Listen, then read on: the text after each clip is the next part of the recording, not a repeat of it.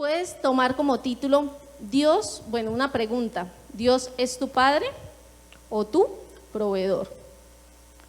Y pensemos por un momento en esto, bueno, y pensemos en cuál queremos que sea la respuesta. Algunos de pronto, bueno, ¿quién me puede decir? ¿Dios es su padre o es su proveedor?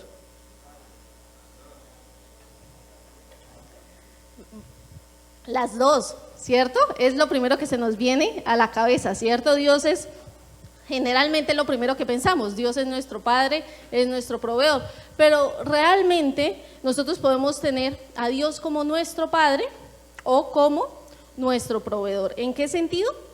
En el rol de un padre, de un buen padre, está implícito el hecho de ser proveedor, pero en el proveedor no está implícito el hecho de ser padre. Una persona puede ser, si es un buen padre, pues va a ser un proveedor, ¿cierto? Pero no necesariamente los proveedores son padres. Y un proveedor, dice, bueno, la definición dice, es aquel que solo dota de recursos materiales, mas no recursos espirituales y afectivos, lo cual reduce la posibilidad de construir una relación familiar estable, duradera y satisfactoria. Entonces, acá vemos que nosotros podemos tener a Dios de una de las dos formas, como nuestro proveedor, que eso no implica que sea nuestro Padre, o como nuestro Padre, que sí implica que es nuestro proveedor. Y el deseo de Dios, ¿cuál creen que es? Pues ser nuestro Padre, ¿cierto? Eso es lo que Dios anhela, ser nuestro Padre. Él anhela ser nuestro Padre, y con ese propósito de llegar a ser el Padre de la humanidad, de todos nosotros, Él ha sido paciente, ¿cierto? Él es muy, muy paciente con nosotros, de tal manera que a través de esa paciencia, en un momento de nuestra vida, nosotros podamos decir, necesito arreglar esto o aquello, necesito enderezar mi vida, y con ese propósito es que Dios nos tiene paciencia. Dice la palabra en 2 de Pedro, capítulo 3, versículo 9, dice, en realidad acá nos está hablando de la venida del Señor. Si Dios no fuera paciente, pues ya hubiera venido, ¿cierto? Y dice, en realidad no es que el Señor sea lento para cumplir su promesa de esa segunda venida, dice, como algunos piensan, al contrario, es paciente por amor a ustedes. No quiere que nadie sea destruido. ¿Quiere que qué? Quiere que todos se arrepientan. Entonces acá vemos que el deseo de Dios es ser nuestro Padre, ¿cierto? Él anhela que todos los seres humanos un día tomen la decisión de arrepentirse. Pero obviamente el que Dios sea el Padre o proveedor, pues Dios ya dispuso todo lo que se necesitaba para ser nuestro Padre. Pero quien decide si es nuestro Padre o es nuestro proveedor, somos cada uno de nosotros. Dile a la persona que está a tu lado, tú eres el que decide si Dios es tu Padre o es tu proveedor. Y bueno, y pensemos cada uno qué va a decidir, cada uno qué va a escoger. ¿Qué necesitamos hacer para que Dios sea nuestro Padre? Es muy sencillo, ¿cierto? Juan 1:12 dice la palabra del Señor. Juan capítulo 1 versículo 12 dice, pero a todos los que creyeron en Él, ¿y qué? Y lo recibieron. Entonces, ¿qué necesitamos? Creer y recibirlo, ¿cierto? Dice, pero a todos los que creyeron en Él y lo recibieron, les dio el derecho de llegar a ser hijos de Dios. Entonces, es sencillo, ¿cierto? Ser hijo de Dios, ¿qué requiere de nosotros? Creer y recibirlo, ¿cierto? Y inmediatamente quedamos constituidos como hijos de Dios. Dios es el proveedor de todos los seres humanos. Dios provee sobre buenos y sobre malos. Dios provee para todos. Dice la palabra en Mateo 5, versículo 45, dice, de esa manera, bueno, acá para entrarlos un poco en contexto, el Señor está enseñándole a sus discípulos cómo deben actuar. Y el Señor dice, bueno, así como nuestro Padre es perfecto, tú también debes ser perfecto, así como lo es nuestro Padre Celestial. Y entonces el Señor les está diciendo, o sea, no diga que usted es hijo de nuestro Padre si usted solo ama a los que lo aman, si usted solo le hace bien a los que le hacen bien, sino que hacemos bien a todos. Y el Señor nos da ejemplo de esto, dice Mateo 5:45, dice, de esa manera estarás actuando como verdadero hijo de tu Padre que está en el cielo, pues Él da la luz de su sol tanto a los malos como a los buenos, y envía la lluvia sobre los justos y los injustos por igual. Y es impresionante, ¿cierto? A veces uno quisiera que Dios acabara con todas las personas malas de un soplo, ¿sí? Instantáneamente, pero ahí entraríamos nosotros también, ¿sí? Y uno dice, a veces hay muchas cosas en el mundo que a uno le parecen tan duras, ¿cierto? A veces de pronto, bueno, puedes tener un caso cercano o de pronto ver situaciones a través de un video, bueno, como sea, que tú dices, son cosas tan difíciles, tan duras, a veces tanta maldad en contra de los niños, cuánta gente de pronto realmente se ha entregado a la maldad por completo. Sin embargo, Dios ama a todos los seres humanos. Y Él no dice que el sol salga sobre los que tratan de hacer lo bueno, sino sobre todos, ¿cierto? Igualmente la lluvia viene sobre todos, ¿cierto? Sobre el que cree como sobre el que no cree. Todos somos realmente bendecidos por la bondad de Dios. Todos somos bendecidos, aunque a veces parezca que haya cosas que como que a nuestros ojos no deberían ser, ¿no? Muchas veces nosotros creemos que de pronto somos más sabios que Dios mismo, pero sabemos que realmente no es así. Y vemos que realmente lo que Dios está teniendo con nosotros es paciencia, ¿cierto? Dios está siendo paciente con la humanidad en general.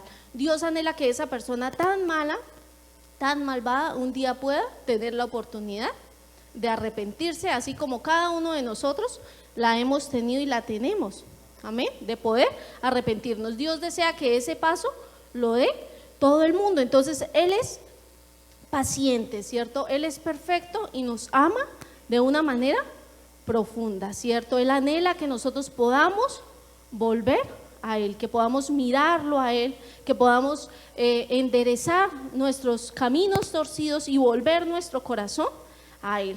Pero sabemos también que esa paciencia no es eterna, ¿cierto?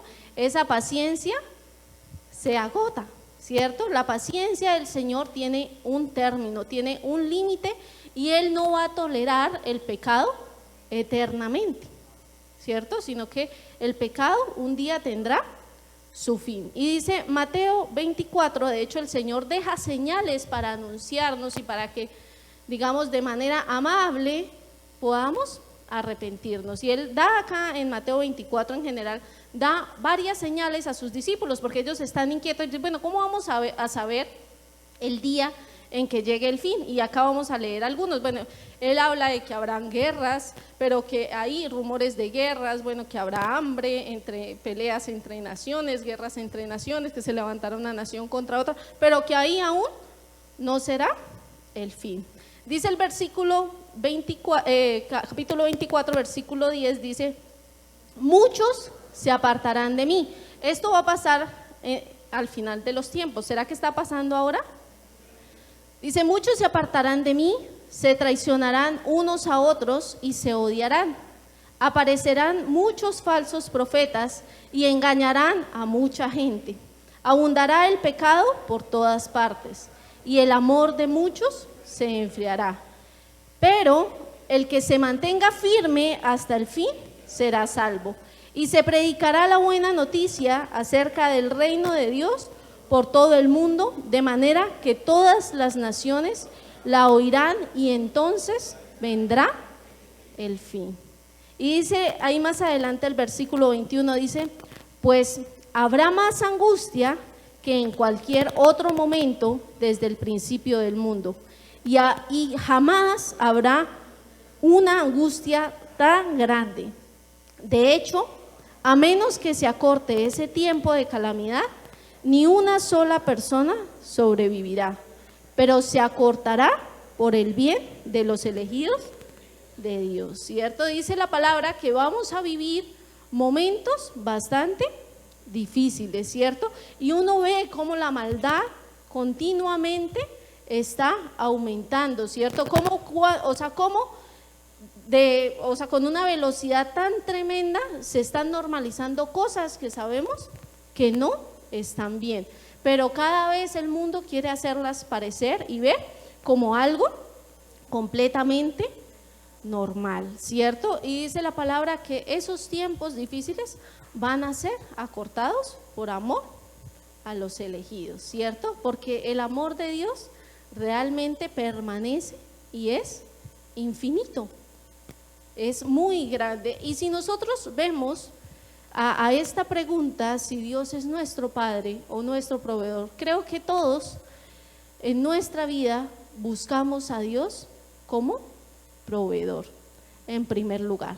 Todos nos acercamos a Él buscando que Él solucionara alguna necesidad. O tal vez tú estás hoy en este lugar buscando una respuesta de parte de Dios. Y buscamos a Dios como ese Dios proveedor, como ese Dios que puede solucionar algo de nuestra vida. Y efectivamente Dios es todopoderoso. Y Dios ha usado muchas señales para acercarnos a Él. Muchas personas de pronto a través de una enfermedad llegaron a los pies del Señor y el Señor las sanó, porque el Señor ha dejado esas señales para confirmar también su palabra. Pero el propósito es que nosotros no nos quedemos buscando solamente esas señales, porque recuerdan en una ocasión cuando el Señor le están pidiendo señales, ¿y qué dice el Señor?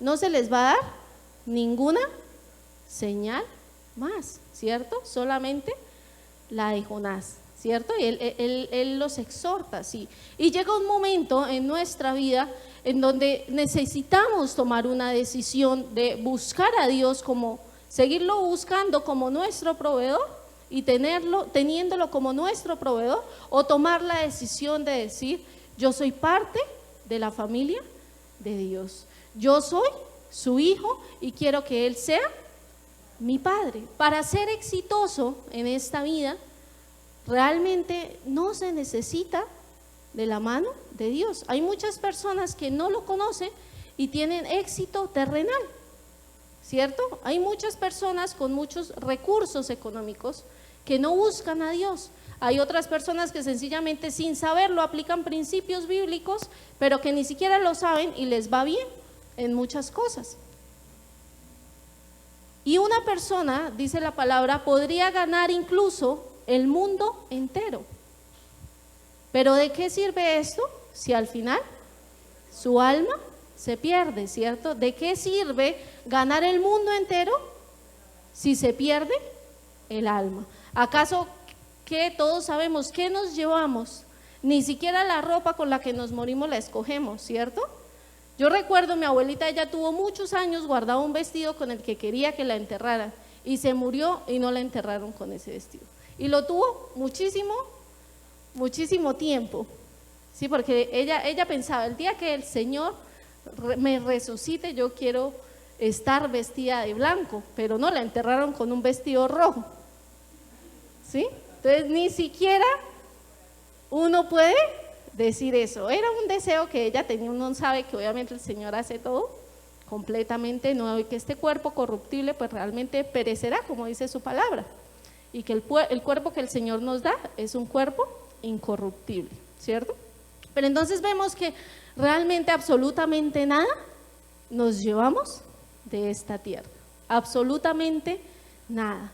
Entonces, y muchas veces, bueno, vivimos desgastándonos por esto y vivimos basando nuestra relación con Dios en que Él provea y solucione y nos guíe y nos ayude, Señor, y no sé qué, y bueno, y todo es en torno a cosas terrenales. Y la palabra del Señor nos dice, de hecho, en la oración que Él nos enseña y nos deja como modelo, que es el Padre Nuestro, nos enseña el principio de buscar primero su voluntad y luego el pan, ¿cierto? Primero el Señor nos enseña a que busquemos su voluntad, que su voluntad se haga en la tierra, así como se hace en el cielo. Y después nos dice que pidamos al Señor el pan de cada día. Mateo 6:33 dice: busquen el reino de Dios por encima de todo lo demás y lleven una vida justa y Él les dará todo lo que necesiten.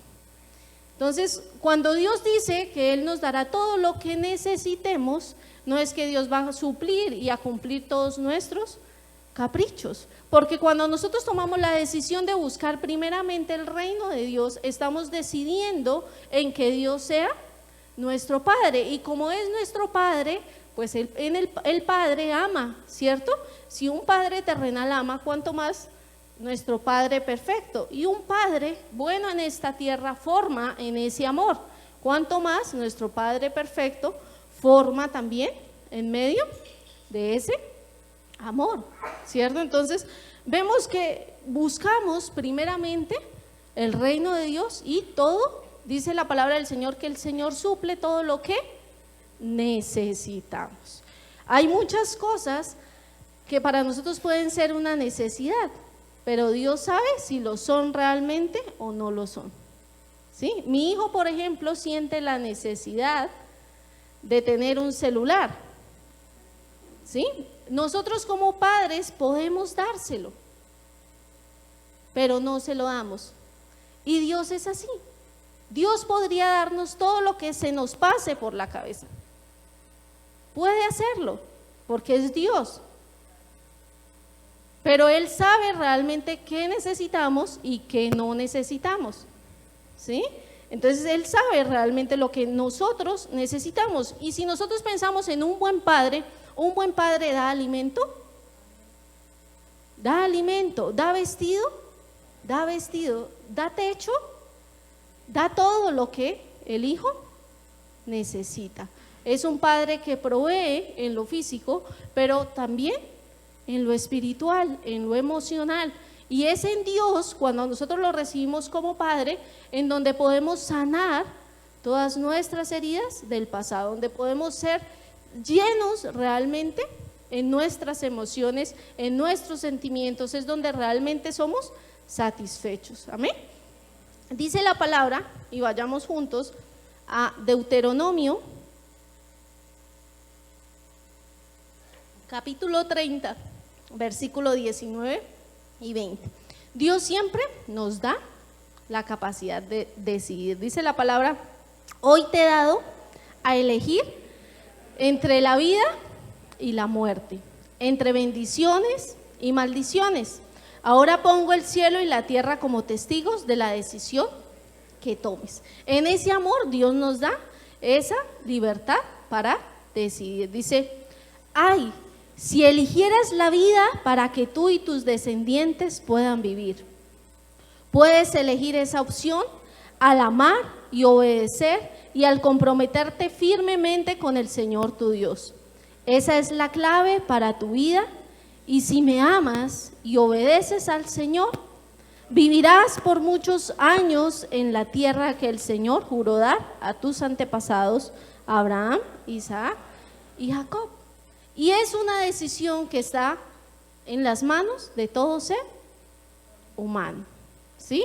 Acá la vemos desde el Antiguo Testamento. El Señor dice: bueno, ahí está delante de ti la vida y la muerte. Ojalá, y es el deseo de Dios, que escojas la vida, ¿cierto? Y dice: si tú eliges la vida, es decir, estás eligiendo amar al Señor y obedecer sus mandamientos, comprometerte firmemente con el Señor. Dice que esa es la clave para la vida, ¿cierto? Obviamente todos tenemos deseos, ¿no? ¿Cuántos no tenemos sueños y cosas que quisiéramos que Dios las cumpla? Así como un hijo, ¿cierto?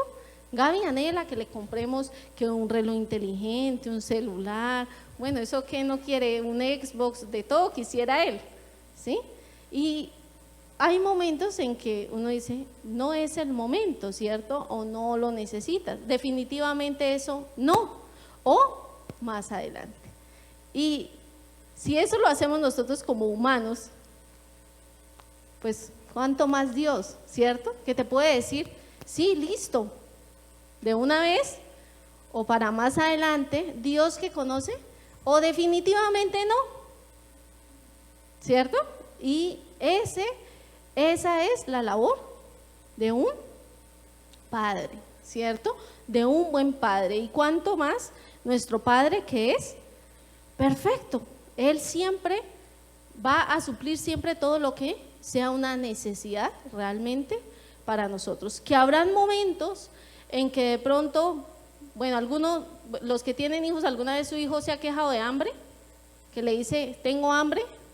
Sí, ¿cierto? Habrán momentos en que de pronto nosotros sentimos, uy, pero es que esto realmente es una necesidad y serlo, ¿sí? Como le pasó al pueblo de Israel también. Y de pronto Dios hacerlo esperar a uno un momentico, ¿sí? Pero de que no lo va a dejar morir de hambre, no lo va a dejar morir de hambre, ¿sí? Porque no lo ha hecho hasta ahora, no nos dejó perecer cuando estábamos perdidos, pues mucho menos ahora que lo estamos buscando. Amén. Entonces, si Él tuvo misericordia de nosotros antes, ¿cuánto más la va a tener ahora? Cuando una persona se enamora de otra, pues se enamora de algo en específico, ¿cierto? O sea, bueno, lo primero que ve es algo específico que le atrae de esa persona. Pero para llegar a enamorarse de esa persona es porque hay tiempo compartido, ¿cierto? Es porque cuando, o sea, si uno ya dice me enamoré, es porque ya hubo no solamente esa primera intención, esa primer señal, sino que hay una relación y hay más cosas que pasaron y poco a poco se va conociendo a la otra persona y uno ahí sí puede decir, me enamoré. Y así mismo pasa con el Señor. Dios usa una señal, una respuesta, de pronto tú sentiste una oración contestada y ahí Dios atrajo tu atención, ¿sí? Pero para realmente enamorarnos de Dios necesitamos poder conocerlo a Él, ¿sí? Conocerlo y de esa manera poder amarlo, así como cuando lo hacemos con una persona. Entonces, Dios usa señales con nuestra vida, cuando nosotros sobre todo estamos empezando, pero llega un momento en donde esas señales como que paran y entonces es el momento en donde uno dice, como que yo siento como si Dios no me escucha o no me responde. Antes yo sí todo, como que todo Dios me decía sí, sí, sí, sí, sí. Y de pronto hay un momento en el que pareciera que todo es no, no, no, no, no. ¿Sí les ha pasado? Bueno, yo creo que a varios. Si no, prepárese porque le va a pasar. Vemos por la palabra que cuando el Señor quiere sacar al pueblo de Egipto, a la nación de Israel, la quiere sacar de Egipto, Él se presenta con señales milagrosas, ¿cierto? Y lo saca de una manera sobrenatural, ¿cierto? Con plagas, bueno, para aquí, para allá, por todo lado. Bueno, el pueblo de Israel ve, mejor dicho, chiquiticos a los egipcios, ¿sí? Y ellos salen porque creen y salen en esa confianza de un Dios de victoria, ¿cierto? Pero ¿qué pasa? Bueno, ellos salen porque saben que van a ir a una tierra prometida, pero para llegar a esa tierra prometida tienen que pasar ¿por dónde? Por el desierto. Bueno, ¿alguno ha tenido la oportunidad de caminar en el desierto? O al menos por el camino ese de la libre, que no hay sombra ni un poquitico, ¿sí le ha pasado? ¿Sí? Se ha caminado ahí de pronto, ahí para arriba, y uno dice, qué cosa tan incómoda, ¿cierto? Caminar bajo el rayo del sol, ojalá que sea por ahí a mediodía. El pueblo de Israel le tocó caminar el día completo, ¿sí? Al rayo del sol en medio de el desierto. ¿Con qué propósito? De llegar a la tierra prometida. Dios usó las señales y con las señales salen ellos. Y vemos que durante todo el tiempo, mientras ellos caminaban, Dios nunca los abandonó. Aunque ellos sentían, ay no, mejor era cuando yo estaba en Egipto. La mano de Dios siempre estuvo ahí y nunca les faltó. Y uno muchas veces lee esta parte de la historia y uno dice, uy, ese pueblo sí. Pero muchas veces uno puede tener la misma actitud, ¿no? Antes yo no me veía en estas circunstancias, o antes, y de pronto anhelar ese Egipto cuando se nos olvida en qué situación realmente estábamos, ¿sí? Y empezaban a fantasear, ay, allá comíamos pescado, eso había en abundancia, pero se les olvidaba todo el látigo que habían recibido. Y muchas veces se nos olvida todas las lágrimas que el mundo nos hizo derramar. Muchas veces pasa esto y no estamos dispuestos a caminar por el desierto, pero en el desierto es donde nuestro corazón es formado, es donde el amor verdaderamente es probado, es donde realmente sabemos si Dios es nuestro Padre o es nuestro proveedor. Cuando uno tiene un Dios proveedor, llega la dificultad y uno dice, me devuelvo para Egipto, porque allá es mejor. Pero cuando sabemos que es nuestro Padre, permanecemos en casa, afrontamos las circunstancias, comemos maná mañana, tarde, noche, un día, el otro día, los días que toque, ¿cierto? Pero sabemos que Dios nunca deja de suplir. Dios siempre es fiel. Dios es fiel y Él nunca deja de suplir. Él siempre va a suplir todo lo que nosotros necesitamos. Deuteronomio capítulo 8, versículo 2, dice la palabra del Señor. Dice, recuerda cómo el Señor tu Dios te guió por el desierto durante 40 años. ¿Cuánto quería Dios que caminaran ellos? ¿De cuánto realmente era el camino para llegar a la tierra prometida? De 40 días, ¿sí? Pero a causa de la terquedad fueron 40 años. Dice, la palabra dice, recuerda cómo el Señor tu Dios te guió por el desierto durante 40 años. ¿Dónde qué? Te humilló. En el desierto somos humillados, ¿cierto? Dice, y te puso a prueba para revelar tu carácter y averiguar si en verdad obedecerías sus mandatos. Sí, te humilló, permitiendo que pasaras hambre y luego alimentándote con maná, un alimento que ni tú ni tus antepasados conocían hasta ese momento. Lo hizo para enseñarte que la gente no vive solo de pan, sino que vivimos de cada palabra que sale de la boca del Señor. En todos esos 40 años, la ropa que llevabas puesta no se gastó y tus pies no se ampollaron ni se hincharon. Ten por cierto que así como un padre disciplina a su hijo, el Señor tu Dios te disciplina. ¿Para qué? Para tu propio bien. Dios solo quiere nuestro bien. Y uno escucha esa palabra disciplina y le provoca salir corriendo. Es la verdad, ¿sí? Uno quisiera salir en carrera y uno nunca quisiera ser disciplinado, y menos por el Señor. Pero en el desierto somos probados, en el desierto nuestro corazón realmente es probado. Y ahí podemos comprobar de qué manera, o sea, en medio de las dificultades, es que nosotros podemos volver realmente los ojos a Dios. En medio de las situaciones difíciles es donde nosotros nos cuidamos de levantar becerros de oro. Porque muchas veces, incluso en nuestro andar diario, nosotros podemos levantar pequeños becerros de oro, que puede ser el trabajo, que puede ser la familia, que pueden ser los hijos, y sentir que estamos ahí cerca de la carpa de Dios, pero tener becerros de oro en nuestras vidas, así como le pasó al pueblo de Israel. Miren, cuando bueno, ustedes saben y lo hemos expresado públicamente, pues, cómo es de linda la relación con mi esposo, pero cuando él falla, es como ese momento en donde el Señor me recuerda que Él no es perfecto, ni que nuestros hijos son perfectos, que son seres humanos y que realmente si nosotros dependemos de alguien debe ser de Dios, porque en Dios pues no nos encontramos con sorpresas defraudadoras, ¿cierto? Con Dios no nos estrellamos en cosas que no deberíamos, pero muchas veces nosotros hacemos de las personas becerros de oro o del trabajo, y de pronto se acabó el negocio, quedó, bueno, cualquier cosa pasó, y entonces tú te daste cuenta que en el desierto, en lugar de que tu corazón fuera probado, tú te quedaste haciendo ídolos, ¿sí?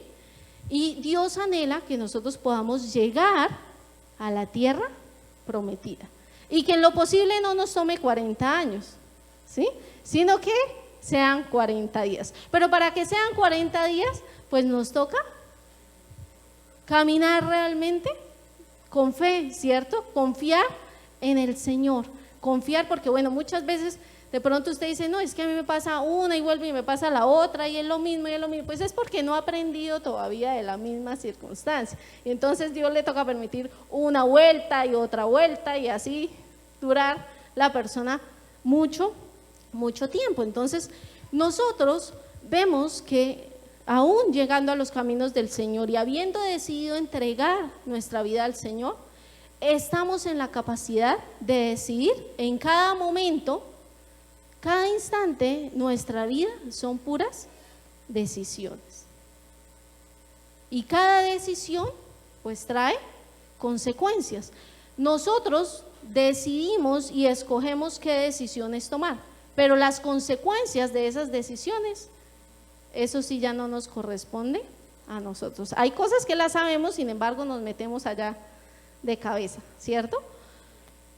Pero realmente a las consecuencias de nuestras decisiones, nosotros no vamos a poder decidir si las afrontamos o no. O sea, si ya decidimos, dijo, el paquete viene completo, ¿sí? Entonces hay que asumir las consecuencias también de nuestras decisiones y no podemos responsabilizar a Dios de todas las cosas sencillamente porque un día le dijimos, Señor, yo creo en ti y te recibo, porque somos seres humanos que seguimos decidiendo día a día. El Espíritu Santo está ahí dispuesto para guiarnos y para ayudarnos, pero es decisión de cada uno de nosotros si obedece su voz o no. Dios nos muestra cómo debemos ser nosotros como trabajadores o como empleadores según sea el caso, pero es decisión de cada quien si trabaja así o no. Dios nos muestra cómo tener o cómo establecer una relación matrimonial sana, pero es decisión de cada quien con quien se casa o se rejunta, o ¿sí? Y de esas cosas no podemos culpar a Dios, ¿cierto? Dios nos muestra en su palabra cómo educar a nuestros hijos, pero es decisión de cada quien cómo los educa.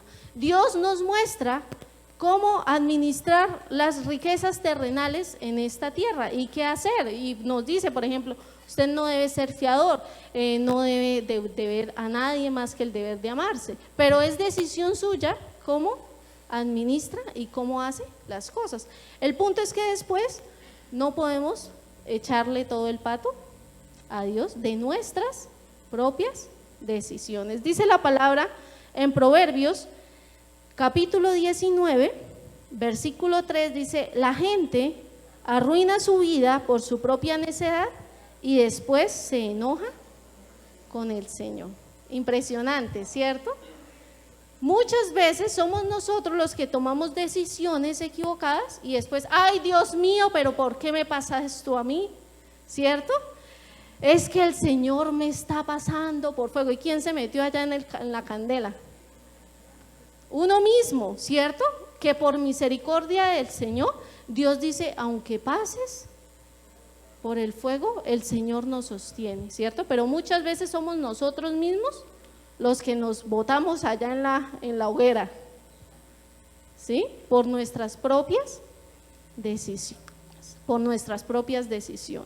Entonces, para decidir correctamente en medio del desierto, porque es necesario, yo sé que nadie quiere, pero es necesario pasar por ahí. Si tú quieres llegar a la tierra prometida, necesitas pasar por ahí. O sea, ahí no hay teleférico, ¿sí? Toca pegarse la andadita por el desierto. Entonces, es necesario, y para que lo podamos hacer es necesario disciplinar nuestro cuerpo. Dice el apóstol Pablo en 1 Corintios capítulo 9, versículo 27, te pido que lo tomes ahí y que lo busques en la Biblia porque esta cita no la tenemos en pantalla. 1 Corintios 9, 27 dice, Disciplino mi cuerpo como lo hace un atleta. Lo entreno para que haga lo que debe hacer. De lo contrario, temo que después de predicarles a otros, yo mismo quede descalificado. Entonces hay algo muy importante y es entender que nosotros seguimos siendo blanco de la tentación.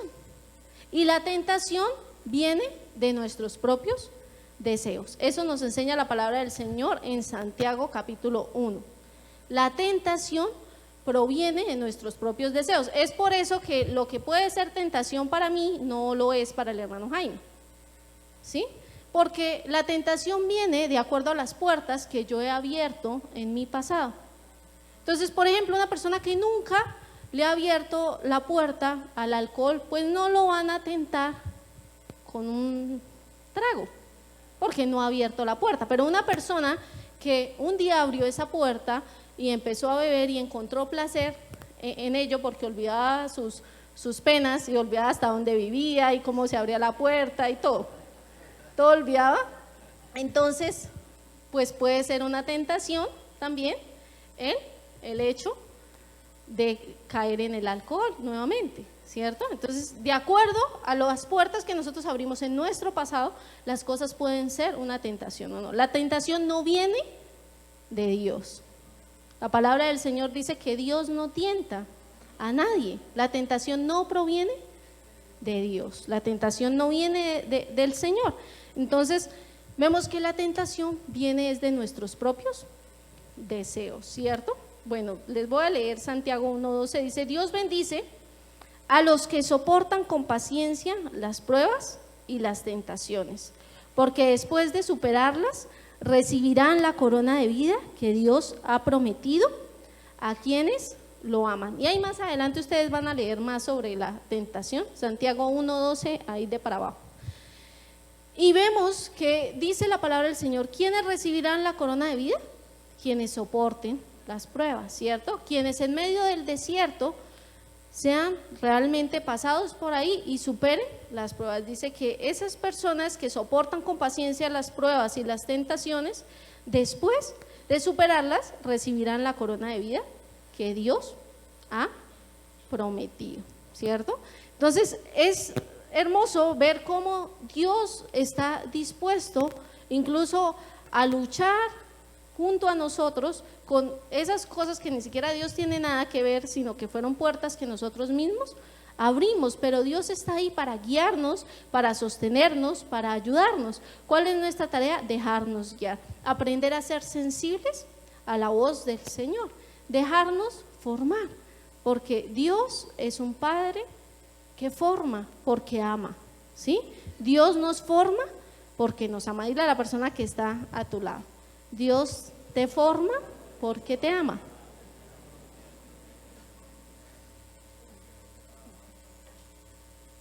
Entonces, si vemos, nuestros deseos pueden llevarnos a tomar malas decisiones y hacer que nuestro camino por el desierto sea más largo y más tortuoso de lo que debería ser.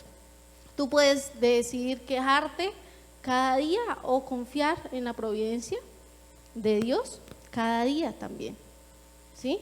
¿Acaso Dios no sabía que el pueblo de Israel le daba sed, que le daba hambre?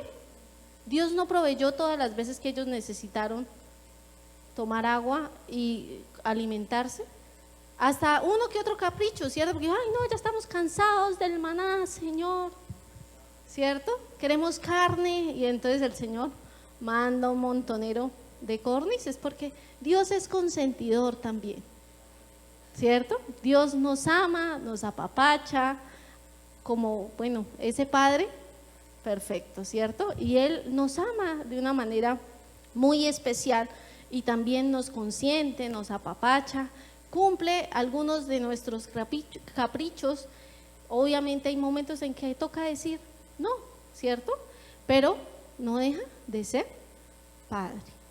Cuando nosotros realmente decidimos que el Señor sea nuestro Padre, no deja de ser nuestro Padre, ni nosotros dejamos de ser sus hijos. Pero necesitamos determinarnos por creer en Él. Nosotros sabemos que hubo toda una generación que habiendo visto de primera mano las señales y los milagros de Dios, no entró en la tierra prometida.